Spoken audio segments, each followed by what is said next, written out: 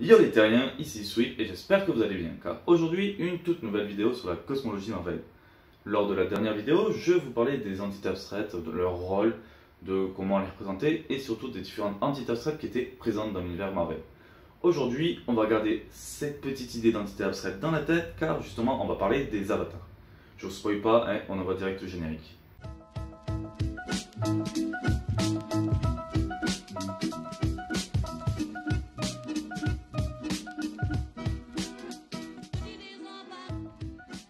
Pour comprendre le rôle d'un avatar ou d'un champion, on peut leur donner les deux noms et il faut se souvenir de ce que j'ai dit au niveau des entités abstraites. En effet, une entité abstraite, de base déjà c'est une entité extrêmement puissante mais surtout qui ne possédera pas de réel corps, qui vivra en dehors de notre univers. Et l'entité normalement sera, comme je disais, intangible. Normalement elle est plus ou moins tangible mais voilà, elle n'est pas dans notre univers. Et du coup, c'est un peu comme le terme des divinités des fois, hein, pour avoir un lien entre la réalité et eux, ils ont besoin de ce qu'on va appeler un avatar. Un avatar c'est ça, c'est directement le lien, une personne qui a un lien qui peut parfois recevoir des pouvoirs, mais qui est commandé par une entité. L'avatar le plus connu qu'on connaît dans l'univers Marvel, c'est sans doute Thanos. Thanos, même si on le sait, il était avant tout amoureux de la mort, et il faisait tout pour la servir, il a aussi été son avatar très souvent, et souvent justement, comme dans les récits Thanos Quest et Infinity Gauntlet, elle lui a demandé de faire des choses pour elle. Donc Thanos est la meilleure représentation qu'on peut donner pour un avatar. A contrario, de l'autre côté, on peut retrouver Doctor Strange, qui lui souvent dans les vieux récits, il faut le dire quand même, était venu en aide à Éternité, il l'a sauvé, il a fait des missions pour lui, mais il n'a jamais été son avatar. Ça a seulement été une personne qui était là pour sauver l'univers, pour aider Éternité, mais il n'est pas un avatar, tout simplement.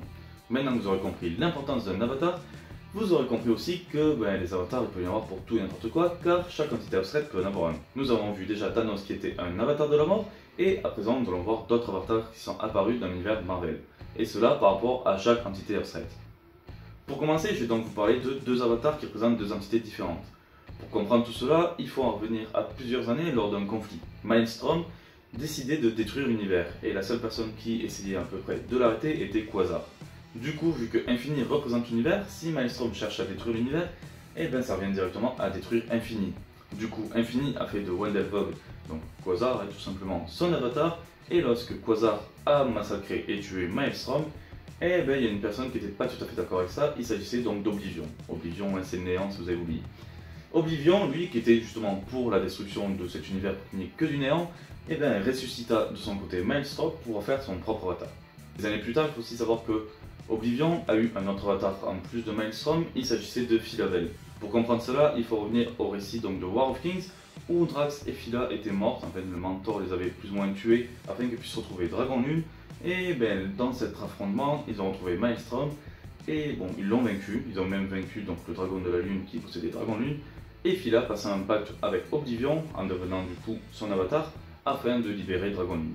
Et en faisant cela, du coup, Phyla-Vell se rebaptisa Martyr. Mais cela ne dura pas longtemps, car à la fin de Realm of Kings, du coup, elle est morte. Tout simplement. En fait, elle avait réveillé Thanos qui la tua directement. Donc voilà pour Oblivion.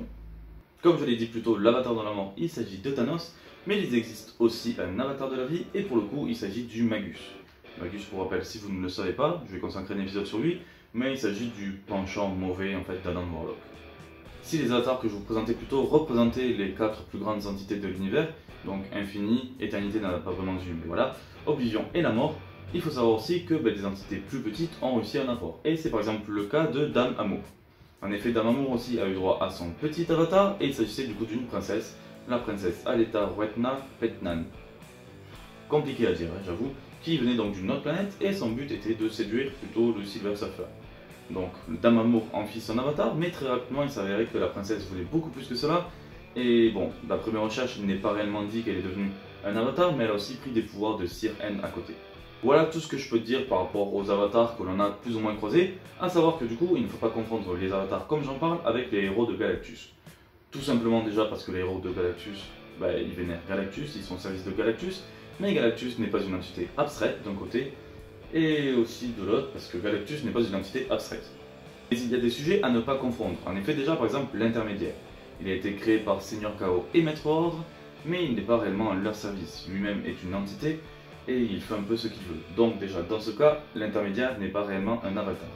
De l'autre côté aussi nous avons Drax. On sait que Thanos est le champion de la mort, donc l'avatar de la mort, et Drax a toujours voulu le tuer. Mais il faut savoir que chez Drax, en fait, il n'a pas été invoqué, il n'est pas l'avatar de la vie, il a seulement été créé par Chronos et par Mentor afin d'affronter Thanos. Et donc ils ont implanté cette idée de toujours vouloir tuer Thanos en lui, mais ça ne fait pas de lui pourtant un avatar de la vie, tout simplement. Drax est assez complexe à comprendre, mais il n'est pas du tout un avatar. C'est une chose à signaler, car même moi très longtemps je l'ai cru, alors que pas du tout. Le seul avatar qu'on connaisse pour la vie, il s'agit du Magus. Voilà, à présent cette vidéo est terminée, j'espère que cela vous aura plu. N'hésitez pas surtout à mettre un pouce bleu ou un pouce rouge sur cette vidéo pour me dire si vous avez aimé ou non. Vous pouvez toujours laisser en commentaire, surtout si vous avez d'autres avatars à décrire, parce que même moi en faisant mes recherches, j'en ai pas trouvé énormément, mais ce peut qu'il en existe d'autres, hein. Tout simplement, je ne les ai pas trouvés, mais c'est fort probable, à mes yeux, vu le nombre d'entités abstraites qui existent. Pour moi, il devrait y avoir presque une myriade d'avatars, mais ce n'est pas le cas. Pourtant, ça aurait été bien, hein. Pour rien que faire des batailles sur l'équilibre de l'univers, tout ça, ça aurait été sympa d'avoir plein d'avatars. Mais voilà, c'est tout ce que je pouvais vous présenter. Vous pouvez toujours aussi me suivre sur les réseaux sociaux avec d'un côté Facebook et de l'autre côté Twitter. N'hésitez pas d'ailleurs à partager cette vidéo et vous abonner à la chaîne. Sur ce, ciao tout le monde et à la prochaine.